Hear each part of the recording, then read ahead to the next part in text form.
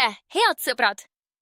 Täna räägime sellest, kuidas tõsta oma finantskirjaoskust ja arendada endas oskusi, mis aitavad teha targemaid rahalisi otsuseid. Esiteks, õppige ise. Finantskirjaoskus algab teadmistest. Võtke aega lugemiseks, raamatud, artiklid ja isegi podcastid on suurepärased vahendid. Online kursused on samuti kättesaadavad ja aitavad teil mõista kõike alates säästmisest kuni investeerimiseni.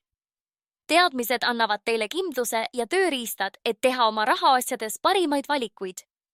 Teiseks, kasutage tehnoloogiat. Rakendused on fantastilised abilised finantside haldamiseks.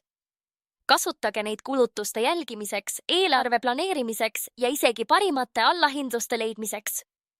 Nutikas eelarvepidamine algab detailidest, mida rakendused suudavad hõlpsasti hallata. Ja lõpuks õppige koos teistega. Jagage oma kogemusi sõprade ja perega. Finantsstrateegiatest rääkimine aitab nii teid kui ka teisi paremini mõista, mis töötab ja mis mitte. Koos õppimine ja nõuannete jagamine loob tugeva teadmiste baasi.